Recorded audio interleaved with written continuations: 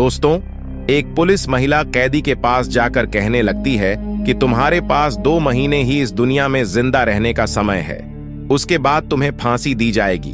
यदि तुम्हारी कोई ख्वाहिश है तो बता, ताकि हम तुम्हारी ख्वाहिश पूरी कर सकें। वह कैदी इस बात से दुखी या परेशान नहीं था। कैदी मुस्कुराते हुए पुलिस महिला से कहता है कि मेरी अंतिम इच्छा यही है कि मैं जब तक जिंदा रहूं तब तक एक कुंवारी लड़की के साथ रात बिताऊं। जैसे ही पुलिस महिला कैदी की बात को सुनती है, वह हैरानी में पड़ जाती है। पुलिस महिला कहती है कि लेकिन यह पूरा करना संभव नहीं है। हम बिना वजह किसी लड़की को एक कैदी के लिए इस तरह का काम नहीं करवा सकते हैं। फिर से कैदी कहता है कि यदि ऐसी बात है तो आप ही मेरी ख्वाहिश को पूरा क्यों नहीं कर देती। पुलिस महिला थोड़ा गुस्सा हो जाती है, मगर धैर्य रखते हुए कहती है कि मैं एक पुलिस अधिकारी हूं और एक पुलिस एक कैदी के साथ ऐसा कैसे कर सकता है। पुलिस महिला कैदी से कोई और ख्वाहिश के लिए पूछती है, लेकिन कैदी वही ख्वाहिश पूरा करना चाहता था। दोस्तों, क्या पुलिस महिला उस कैदी की आखिरी ख्वाहिश पूरी करती है? दोस्तों, आज की यह सच्ची घटना को सुनने के बाद आपके रोंगटे खड़े हो जाएंगे।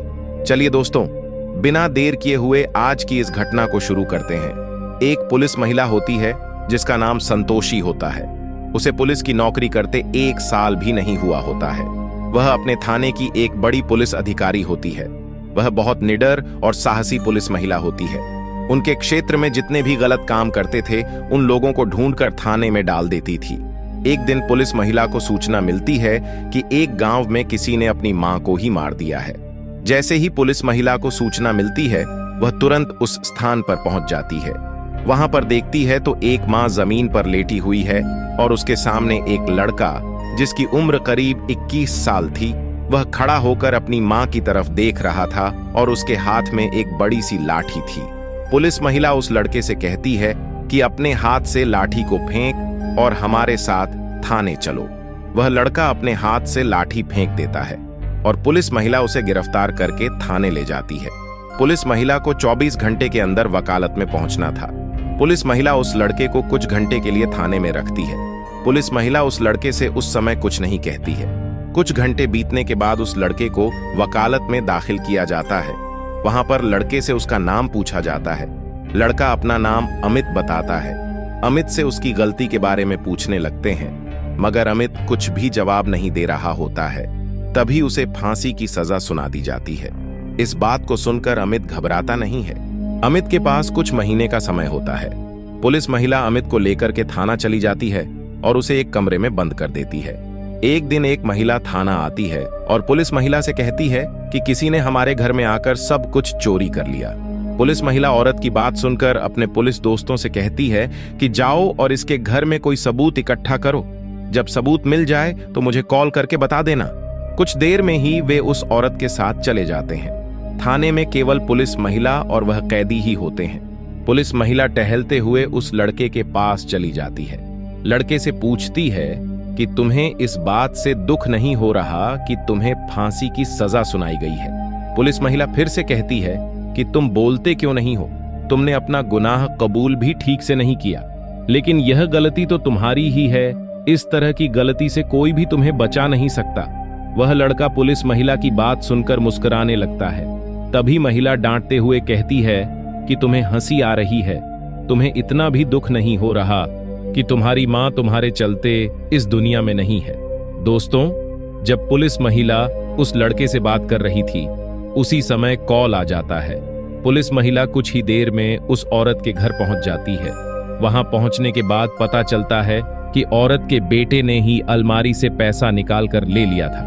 इस मामले को वहीं पर सुलझाकर वह वापस आ जाती है। पुलिस महिला को ऊपर से ऑर्डर आते हैं कि यदि उस लड़के की कोई अंतिम इच्छा है तो उस लड़के से पूछ कर बताओ।